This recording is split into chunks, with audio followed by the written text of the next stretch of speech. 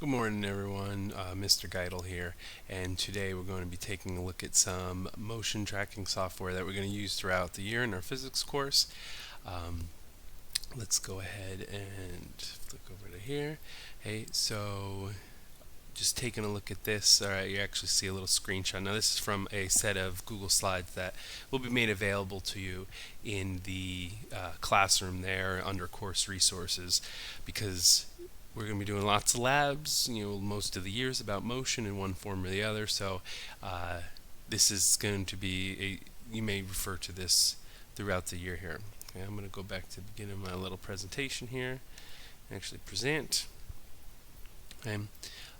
Why even worry about this? Physics is a lot of about motion. I mean, even when we get to electricity, that's just moving electric charges. Waves, when we study waves, that's just pattern of motion. Particles in a medium moving in a way that the pattern propagates. So motion's a big deal in physics, and the first several units, especially Unit 1 in AP Physics Kinematics, it's all about the motion of objects.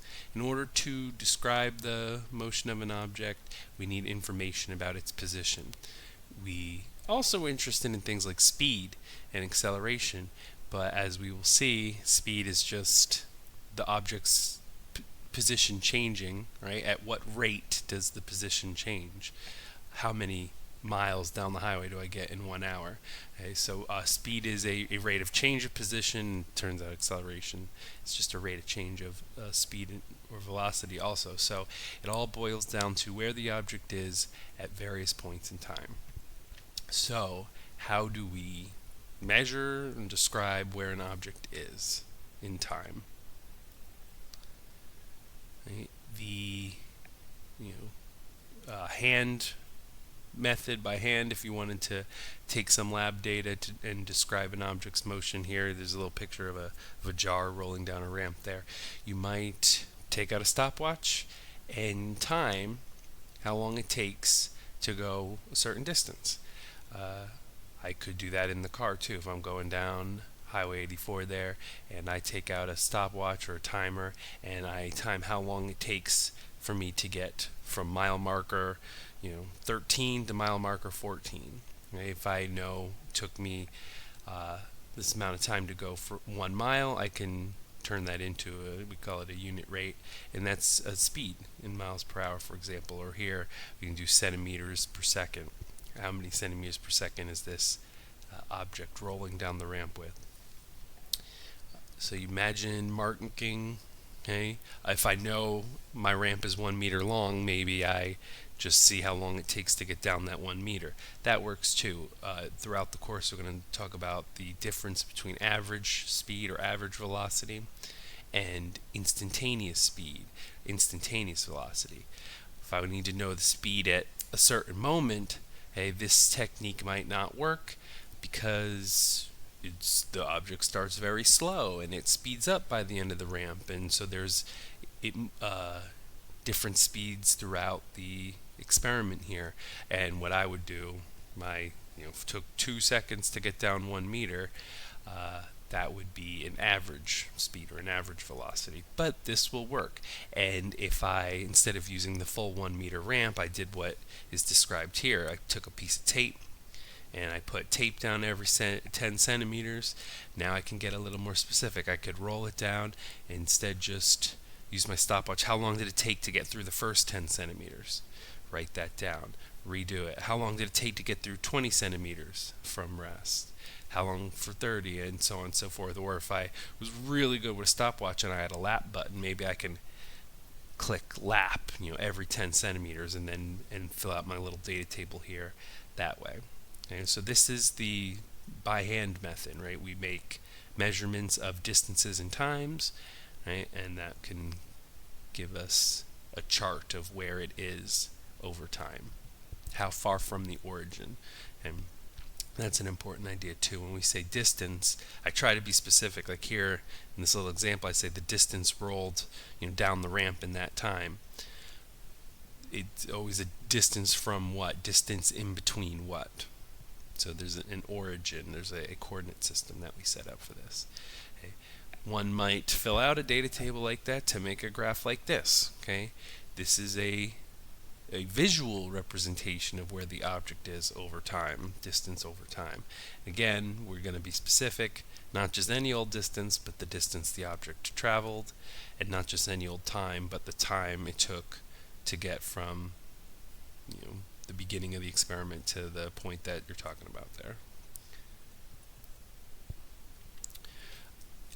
While making these measurements by hand is very useful in lots of different experiments. I tried not to say it's very handy. Got a bit of bad pun. Hey, we can use some modern equipment to get more precision. Okay, make more measurements quickly. Hey, this is a Labquest setup from Vernier, as you can see. That little green sensor there, it's a motion sensor. It's basically a sonars probably, but it uses sound, clicks sounds, and measures the time it takes to bounce off to do distance measurements, how far from the meter is the object, and it can do it twice a second or very quickly. Okay, and you can plug this into the little module there that can make your data table and even your graph for you. The newest version of these Vernier sensors are Bluetooth, so you don't even need the module. What you do is you download Vernier's free app, and it connects Bluetooth through to the sensor, and you can do these experiments in all different places, and the data will go right to your phone. There's a little video here. It plugs it in. Right, the sonar sensor can measure how far away. Okay, you can make graphs. Okay, we're going to use all these techniques that's demonstrated in this, but I highly doubt we'll actually end up on a Labquest 2 module this year. A couple of reasons, and I mentioned some of them here in the slides. The distance learning and the remote, you're only going to be in class every other day. And we just got lots of material we want to get through, so I'm going to show you a method that can kind of be done from anywhere. You don't need to have a Vernier probe and a Labquest module sitting at home. Also, there's just we're going to try to avoid sharing equipment in school, so it's another reason to kind of make this contactless. And lastly, at least September right now in the fall, there's massive construction projects going on in school. I don't even know if we could find these at the moment. So, fortunately, we have another thing we can do. Okay, there is another way. Okay, that gives precise data. In fact, really good data, and it uses the equipment found in a common or most physics laboratories. And why is that little phrase important, especially for AP? When you do paragraph length responses on the AP exam and you describe there's 4 types of free response questions, and one of them is experimental design and setup, and they'll give you a scenario, and you'll have to design an experiment that can be used to answer the questions. And the little caveat that College Board gives you is you must use equipment found in most physics laboratories. So the method you're about to see, spoiler alert, it's video motion tracking, counts for that. Okay, cameras are in physics classrooms, and video analysis software is available to you in most physics classrooms, so that you can use this process in your experimental design free response questions.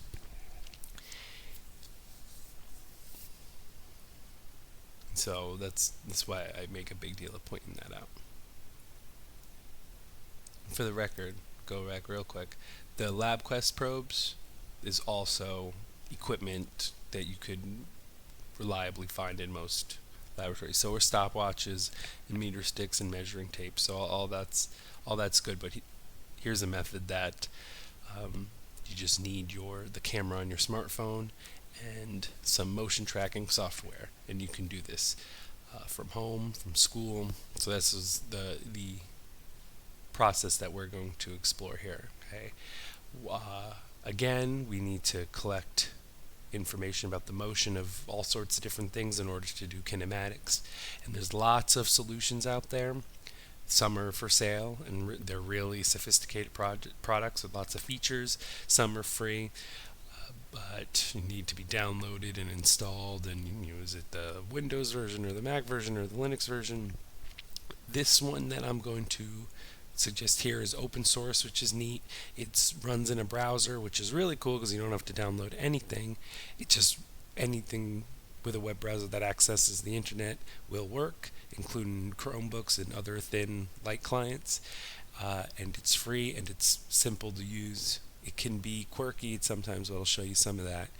And but it's more than excuse me, more than enough to get the job done for us here. So step one for any video analysis software. So this is just in general. Okay, you need a good video. Okay, so in order to use jsTrack, your good video needs to be an MP4, and this is a little screenshot from my cell phones and Android. Okay, so this is how I go in to make sure I get MP4s and not some exotic file format.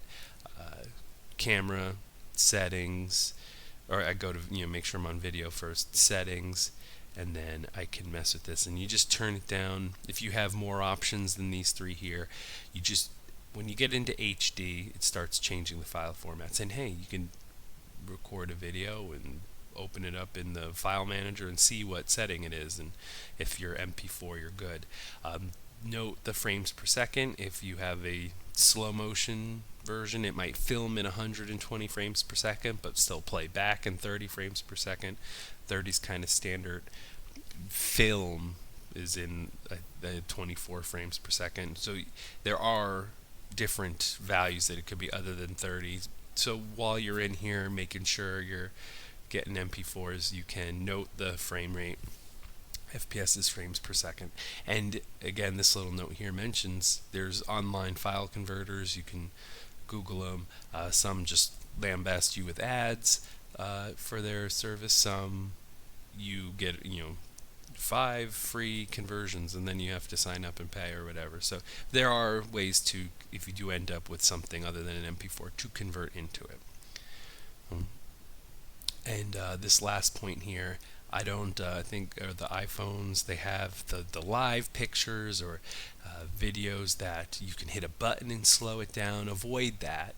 We're going to go frame by frame in the software. So we don't necessarily need, if you have a setting that's just film at 120 frames per second, then okay, just make sure you note that you're in 120 frames per second.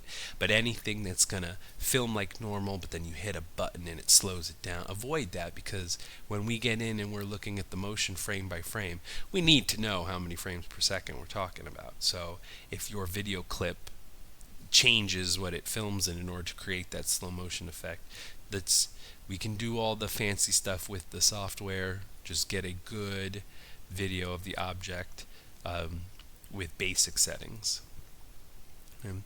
This good video must the motion must be in one plane, and that plane has to be at a right angle to your filming. And I talk a little bit about why on this slide here. But a camera image, a picture is two-dimensional, and we're talking about three-dimensional objects. So here I use the example of a model train. The train appears bigger the closer to the camera it is. The software's not going to know. You're going to tell it where the object is. You're going to tell the motion tracking software where your object is each frame. So, and it's going to use that information to do calculations for you that we end up doing some physics with. So if your object is moving closer or further from the camera, its apparent size is changing, and when you go and you click on your object each frame, the differences in that position are important, because how long it takes to get from A to B is going to give us information like our speed and velocity. So it's very important that throughout the entire clip, 2 centimeters is 2 centimeters, or 1 meter is 1 meter. And the way we avoid those distortions is by not filming at an angle, right? So we want to film 90 degrees to however the motion is. If I'm dropping something straight down, I need to film it head on or from the side. Here the train, right? So the perspective is no good. The train's getting closer. This middle one's a top view. That ends up being the one I'm going to show you the video clip from the top view. The side view works too, even though there's some things in the way. You imagine the train zipping by there. If I took a ruler and I measured the width of that C, right, I could feed that information to the program, and every frame that C is going to be appear to be the same size. It's not going to get bigger or smaller as it gets further or closer.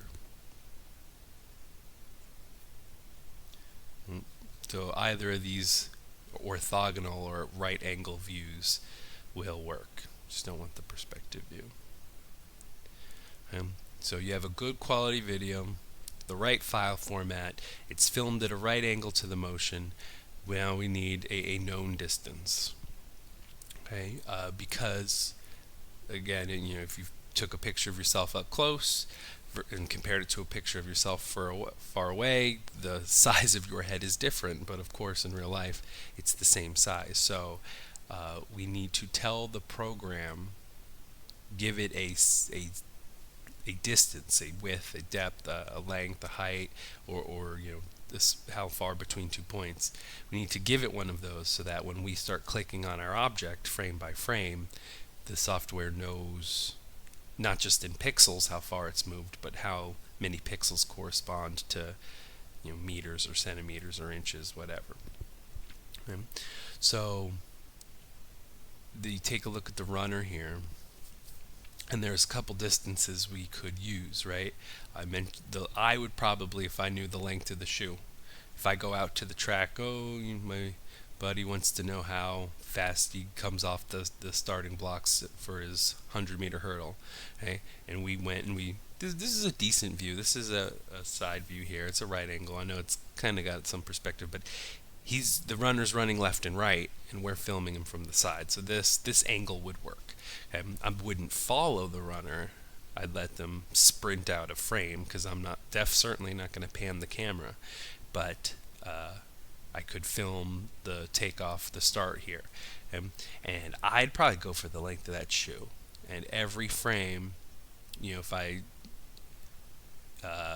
either track I probably wouldn't track the front of the shoe. I'd probably track a piece that moves up front, maybe chin or nose, but I could feed that distance to the software, the length of the shoe, and now the software knows how many pixels is 12 inches or whatever the calibrating distance I give it is, and it could use that to work out the distance that the runner moves frame by frame.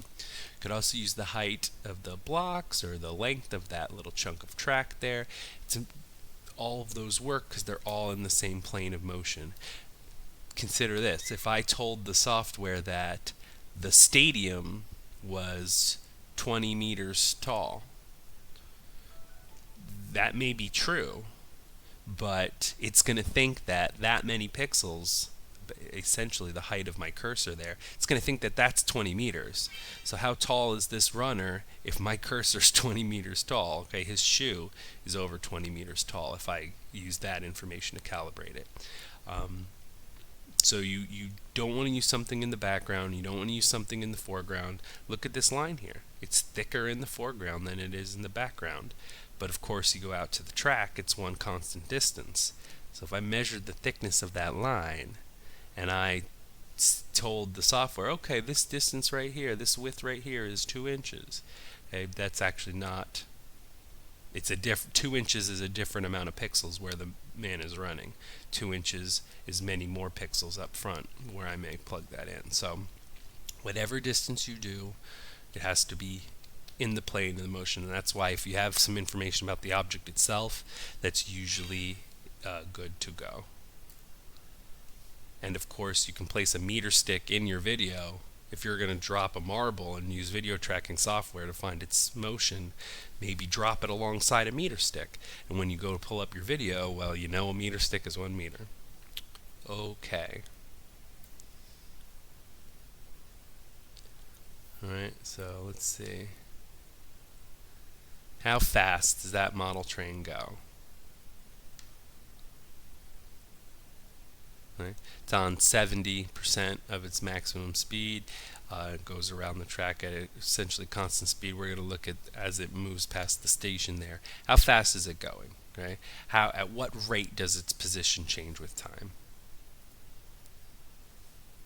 So this is step one. This is my good video of the object in motion. I was reaching over the table there and filming, and it flipped it. So it's like I'm filming from the side of the wall there, but this is okay. Right? The train's moving left and right, and I'm filming straight down. And there's lots of things. If I took a ruler and measured here, I end up measuring parts of the train itself. I have lots of information I can use to track that motion.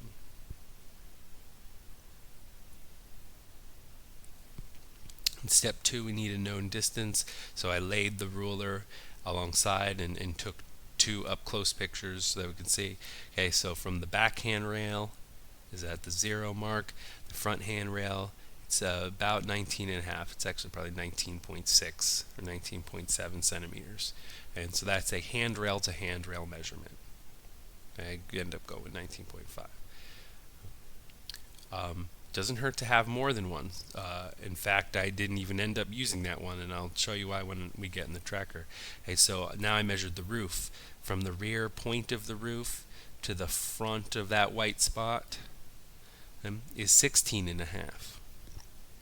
So take lots of measurement. I don't want to go out to the field. Now this layout it was in my basement. If I needed more measurements, I could have ran down. But if I'm trying to help my friend figure out his initial sprinting speed, and we take a free period and go down to the track and do some sprint starts, I don't want to get back to my computer later that night and load up my video and realize, oh, I measured the length of his shoe, but it's very blurry and I can't actually use it after all, or whatever. The color blends in with the background and I can't find where the shoe starts and ends. Take lots of measurements so that you have a fallback here. So not only do I have handrail to handrail length, but I have from that white point, I'm using landmarks that stick out to the end is 16.5. And actually, if you kind of just look here, even in that picture, I can extract another. I can do the length of the white section there. It's really a width, I guess. The width of that white section there.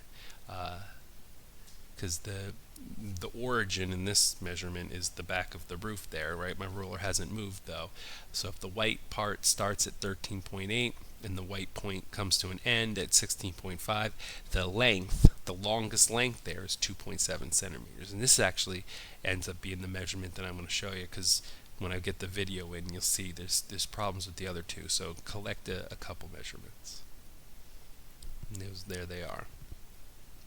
And this is a little snapshot of what this is going to look like in the tracker, and we're going to recreate this right now. Okay. There is a breakdown of the workflow and how you will do this, and this will be available too after the video, so or after the demonstration. I guess you're watching a video right now. So let's go ahead and actually pull it up. I'm going to want to close that. Okay. So this is the jsTrack Leucademian website. If your browser's logged into your Google account, you also have a button to pull from Google Drive. So that's pretty handy. Okay, if you're logged into you can upload them right to Google Drive from your phone, and then they're available there. But I'm not logged in right now, so I'm going to open the top view. The question is, how fast is the train moving? So the name of my project is this little model CSX, what is its speed? A frame rate, you notice it's not 30 like my phone measures in. So I have to set it. Number of frames to move. I'm going to click the object and it's going to move. I could leave this at 1 frame, okay, but 1 frame, right? If 1 frame is 30 seconds, or sorry, I got that backwards. If 1 second is 30 frames, because right, 30 frames per second, how many seconds is 1 frame? 3/100ths of a second. Very small. Okay, so frame to frame, this thing's hardly going to move at all. I'm going to be clicking this object for a long time. Okay, so I'm going to go to number of frames to 10, okay, which means every time I click, I'm going to move 10 frames, which is 1/3 of a second. Still pretty good, plenty accurate enough for our purposes here. Okay. Create. The next thing here is to trim your video down to just the relevant motion.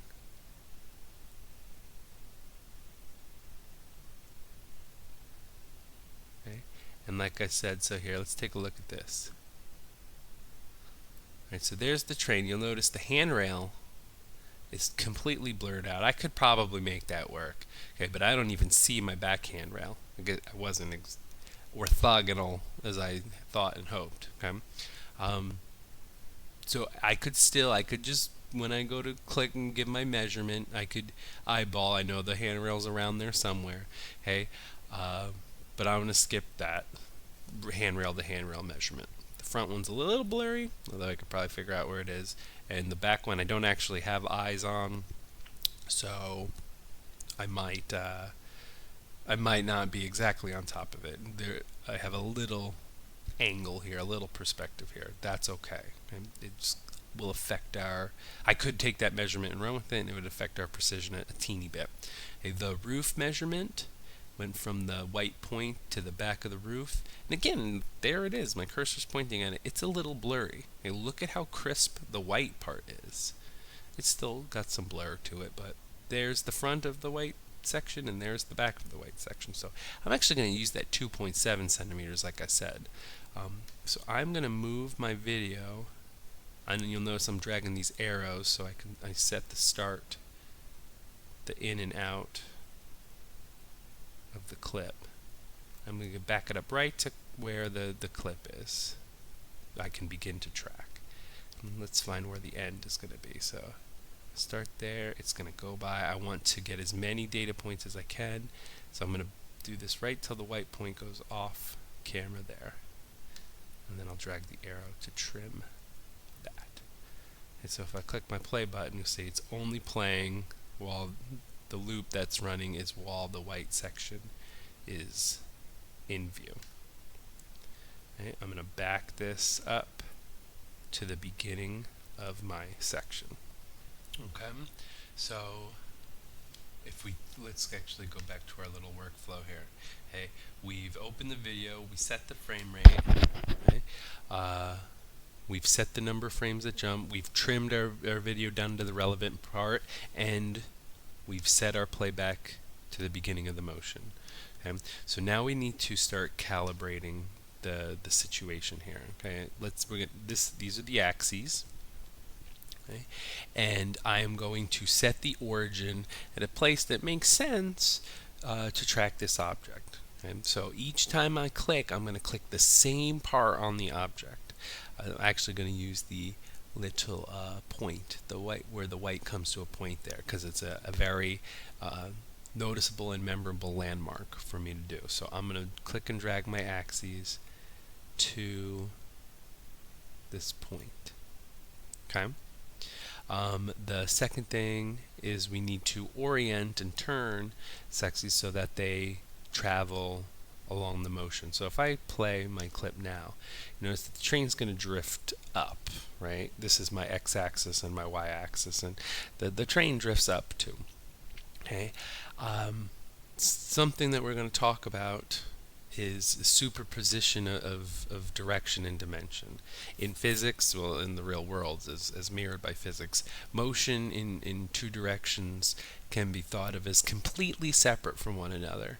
We can use some trigonometry to split things into dimensions that are at right angles to each other, orthogonal to each other, and we can use some geometry to take two separate directions. Imagine up, down, and left, right. We take those two dimensions and we can weld them together with math. But you can treat motion in, say, an up-down direction completely separate from motion left and right, and then take them apart and put them together as needed. So if I didn't do this next step, it's not the end of the world. I still am going to go from the right side of the track to the left side of the track in however long it takes. And I can still use that change in my horizontal position to find my speed in the horizontal direction. And that's okay if it's completely separate. I'm going to pause. I'm going to make sure I'm back to the beginning here. Okay. But what I can do is I can adjust my origin, adjust my axes so that I'm not traveling in two directions. In this case, left, right, and then I also, or I guess really the coordinate system here is down the track, okay, up, down the track, and then left and right, because as we see, I'm going to end slightly away from the x-axis. So what I'm going to do is I'm going to take this little notch here. Oh, I didn't want to move the origin. I want to take the notch here. I want to take the notch here. Oh, okay. Sorry, don't grab the notch. See how my cursor changed when I hover? I want that. And I'm going to turn my axis so that it's more along the lines of the motion. Alright, so you notice I guess I'm a little off there, but pretty good, okay? Throughout the whole motion, that I don't leave the x-axis because I've now turned the x-axis. So I'm going to pause that. I'm going to make sure I'm back at the beginning of the motion. Okay, so I've now set the origin to the point where that white stuff comes to a point, and I've turned the axes so that I'm not moving in the x direction and the y direction. I'm only moving in the x direction. But again, we can treat these motion in these two separate directions independently and tack them together with geometry there. But I'm going to move on. Okay, so now the next step is to create a scale. We said we had to calibrate the software and give it a known distance. This is where that happens. So I'm going to left click that. I don't care what color it is, and you'll see my cursor's changed, okay, to this little square thing. So I am going to go right to the front, that white click, I left clicked, okay, and you'll see now this little status bar change. Now it wants the second end of the scale, and I'm going to click the end. And it draws a little line there. It wants to know that distance. I happen to know it's 2.7 centimeters. And I hit enter. I've just calibrated the software. Okay? It now knows how many pixels equals 2.7 centimeters. So as we track this object moving, it's very obvious to the program how many pixels it's moved based on our mouse clicks, but it can turn the change in pixels into a change in distance. Okay? And because have a top view and I'm straight down here, there's a bunch of things I could have did. I could have given the length of one of these cars. There, right? This Hot Wheels is the same distance from the camera, about close enough as the train is. I could have used the width of the tracks here, but again, if you have information about the object itself, that it will certainly be in the plane of motion because it's the thing that's moving, so nothing wrong with going with that. Okay? So I knew the white section on the top of the roof there was 2.7 centimeters. I've now told the software that, and it knows it can convert pixels to distances for us, which will be handy. So now we're ready to actually track. So create new track. Okay. Position, okay, and you'll notice I have it listed here, but nothing else has changed. Okay, in order to enter the tracking mode, I'm gonna hold Shift. See, when I hold Shift, I get that cursor back. Okay, and I can hold shift to go there and let go of shift to see my origin and stuff again. But I'm going to hold shift and I'm going to click right at the front where that comes to a point. And when I click, we advanced, okay, 10 frames actually. And you'll see that something's happening over here. It's going to generate a data table. Okay, that's only one data point so far. But I can hold shift again. I could hold shift and just do this all at once, but I wanted to show off what's happening. So I hold shift and I go back to the exact same point, which is why I picked a nice physical landmark, and I click again. Okay, I let go of shift to if I'm doing something else. Okay, and this we advance 10 more frames. Okay, you can see my data table is beginning to be filled out there. Hold shift, go to the exact same landmark, click. Go to the exact same landmark, click. Exact same landmark, click. Click. Okay. So there's not, my clip ends before 10 frames, so that's why it didn't move as far in that time, but that's okay. I just keep clicking on the same landmark there. I can let go of shift and I can see my track points, and my origin comes back up along with the calibration stick there. Okay. Alright, we now have motion data. Okay. It tells us how far left and right, from this view, how far down the x-axis we've moved, and it shows us how far down, up and down the y-axis we've moved, which I thought we turned our axes so that there is no motion in the y direction, but obviously it drifts a little still. You can even see, but look, we're talking 3/1000ths of a meter to 4/1000ths of a meter, so we've drifted 1/1000th of a meter there, so I can be off by a millimeter. I'm okay with that. We're ignoring the motion in the y direction anyway. We're just talking about how far down the track did it make it. Right? So at this point you have some options. There is an export button here that will save this as a a CSV file, like a spreadsheet, which is totally fine. I end up doing something a little different. I'm a big fan of Google Sheets. Actually, I shouldn't say that, but Google Sheets ends up being very helpful. So what I do is I take my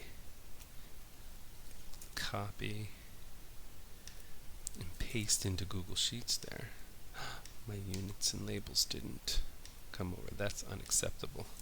Time, pretty sure it's seconds, but let's see. Yeah, seconds and meters. Time in seconds. We'll say distance in meters. Always put your units and labels. Hey, hey, what's up? Negative distances? We're not going backwards, we're going forwards. What gives? Okay. Let's take a look here.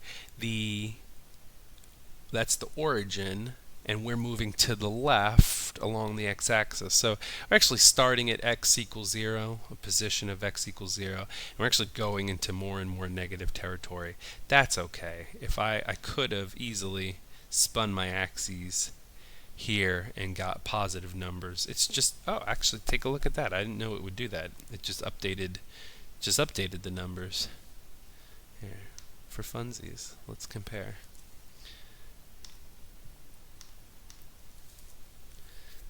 Oh yeah, I mean, the difference, because I didn't do a perfect 180 degrees, so they've drifted ever so slightly.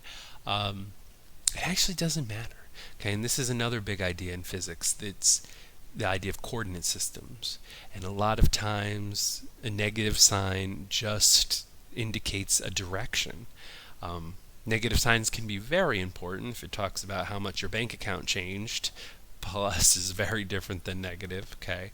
Or the balance of your checking account. Plus is very different than negative. But when we talk about vectors, the negative sign is a direction. Okay, so here, the way we had things set up initially, down the track was in the negative x direction, and that's completely fine. It just doesn't matter. As long as we pick a coordinate system at the beginning of our experiment and we stick with it, that's what's important. And we're very disciplined about following or tracking our negative signs and not getting lost there, then that's completely fine. In fact, I'm going to stick with our negative data set there just to hopefully convince you that it doesn't matter. We can have negative numbers. It just means in that initial setup we were moving to the left. To the left was negative x direction. That's all. Okay? But as you saw, if I just flipped my axes around there, the negative signs went away. I mean, that's a negative number still, but it's 1 millimeter. Okay, because I didn't. My point was my origin was 1 millimeter to the left of my point there. So don't let the negative signs from now on, when we're talking about things with direction, when we're talking about vectors, the negative sign is going to indicate a direction.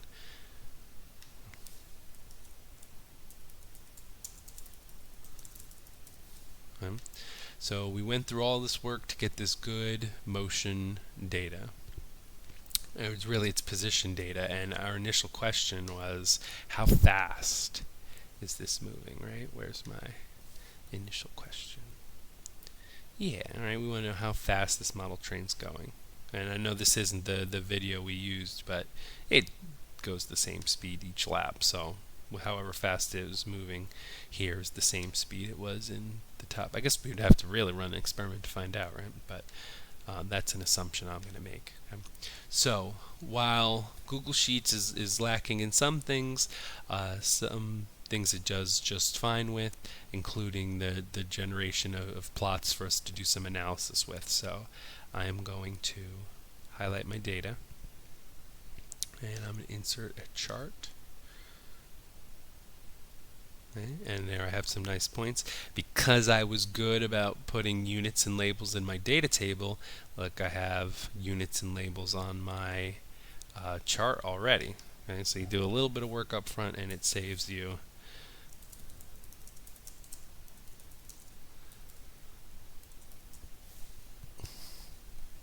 a little bit of headache there. Okay. And again, you'll take a look here and you'll see the slope is negative. That's just a coordinate system, right? I can even be more specific here. Distance.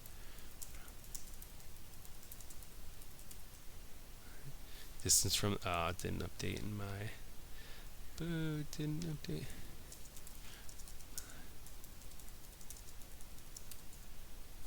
Alright, distance from my starting point. And maybe meters is a silly way to do this. Maybe we want to do in centimeters.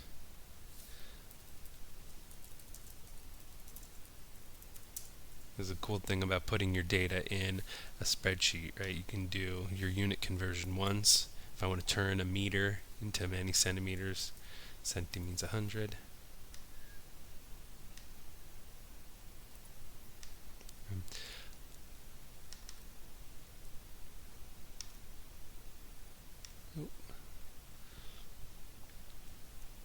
If you, by the way, if you didn't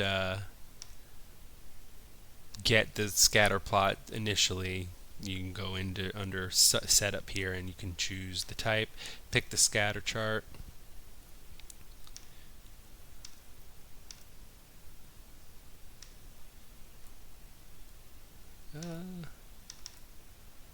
That's serious.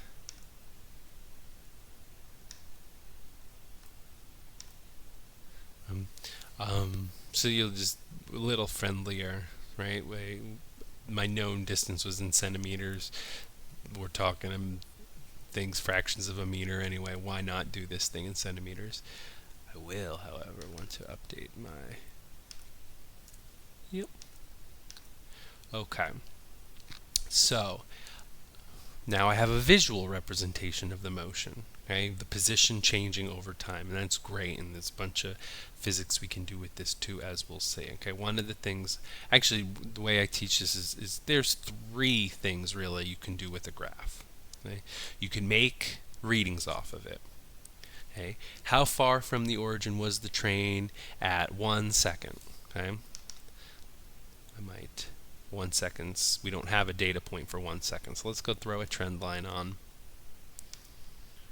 Well, that's grid lines. Okay, so how far was the train? How far had it moved in the first second? So I can go to 1 second, and I can take a look here. Okay, a little over 20 centimeters. Okay, right there, we already know it's moving at about 20 centimeters per second. Okay, but that's an average velocity there over that second. Okay, I can see that my position here is my position over time graph's a nice straight line, okay, with a nice constant slope. So the position's changing at a constant rate. We're going to call that moving with a constant speed or constant velocity. Okay, but I'll try to keep too much physics out of this and keep this just to demonstrating the process here, the data. So I can make a reading off of it. Okay, I can, said another way, let's do another one. How long did it take to go 10 centimeters? Okay, so I moved 10 centimeters to the left. That's the negative sign there. Okay, I guess this one had something close in my data table, but a little less than half a second. Probably 0.45 or something like that. I could bump up the tick marks here.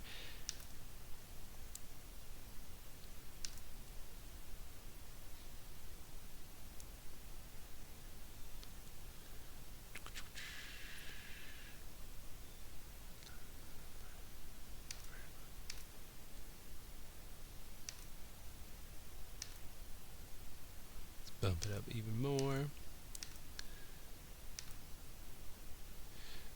Because that's 0.1, 0.2, 0.3, 0.4, 0.5. So okay, like maybe it took 0.41 seconds to go the first 10 centimeters there. Okay, so I can use a graph and make readings off of it. I could calculate they call it the area bound by the curve. Okay, so my line goes into negative territory here. So when I find the area bound by the curve, I'd actually be looking at the area above it.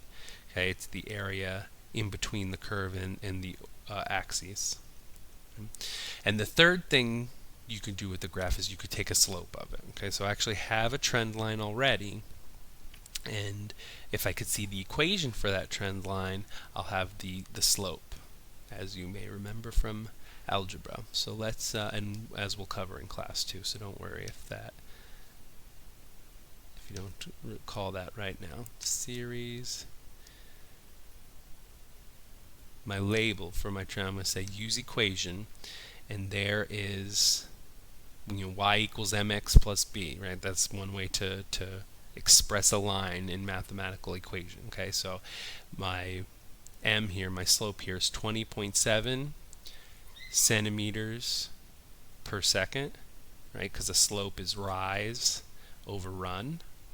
So my rise is my y-axis is a measure of centimeters. My run, my x-axis is a measure of seconds. So centimeters per second is the units on that number. And there's my y-intercept, half a centimeter.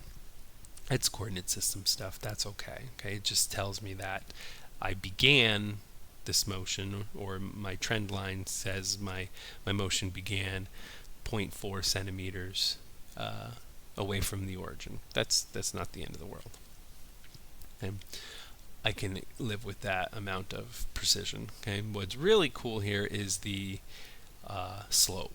Okay, because as we'll discuss in class, and you may have an intuitive sense of already, okay, the rate of change of position is called velocity. It's called speed. We'll go over the difference between velocity and speed as well. Okay? So if every second I move, we could round that to 21 centimeters. Okay, the speed throughout this time period here is 21 centimeters per second. So that's how fast the train is going. 20.7. We don't necessarily have three significant figures worth of precision here, and we could talk about that as well. So we could round this to 21 or even 20 centimeters per second. And so that's the answer to our question. And just for fun, you wouldn't have to do something like this, but Actually, I guess I could ask you to do something like this. Okay. 20 centimeters per second is 0.4 miles per hour. Or if I did, show you how little that changes, 0.46 miles per hour, which is not very fast, but again, it is a model train. And then this one's really for fun. I happen, that layout downstairs is HO scale, which is a 1 to 87 scale. So just for funsies here, 0.46 miles per hour. If I did multiply that by 87, what does that represent in, if my scale model train was blown up to full size? We're talking about 40 miles per hour, which is actually pretty reasonable for train moving. So the model is to scale there. Okay. So just to head on back to this, how fast does the model train go? 20 centimeters per second. So every second it'll cover 20 centimeters per track, which if we blew that up to a full-size train corresponds to about 40 miles per hour, which is probably too fast to go by that station there. Okay? So we use jsTrack in order to find the position at each moment in time and to create a data set that could be graphed, okay, and then analyzed. Okay, and one of the ways we analyze a set of motion is, any graph is to take a slope of it. Okay, depending on what your graph is of, the slope will have different physical meaning. Okay, but when you take, and AP students, you'll find this right in your fact book, when you take the slope of a position graph, distance over time, the slope represents the speed, because it is the rate at which the position changes, and that's speed. How many meters do you move each second? How many miles do you get per hour? Okay, so the rate of change of position is speed, and that's why this is a common way to analyze the motion of objects. Doesn't matter whether you get your distance data with a stopwatch and a ruler, or some fancy Labquest module does it for you, or you take a nice video at right angles and track the motion using a known distance and tracker. Okay, once you know the position at each time, you can use some physics and some math. We borrow this technique from algebra, right, to turn that position data into velocity data. And there's other tricks we can do too. We can find out the rate at which the velocity changes. That's called acceleration. And maybe if we were given velocity data, we could do different math and backtrack and find the position or change position based on how fast it was going if we had different tools at our disposal. So I'm going to end with this, blow this back up so you can see the workflow again if you need to pause on this frame here, or frame, now I'm talking frames, on this slide. Okay, don't forget you would include that data table and the graph as part of your data analysis in your laboratory report, and make sure whenever you report numbers they have units on them, graphs have labels and units, all that fun stuff. So hopefully that was helpful, and if you have any questions, be sure to reach out. I'm going to make sure this PowerPoint and the video make it to the course resources for the physics classes, and yeah, happy tracking. Thank you, and I will see you all soon.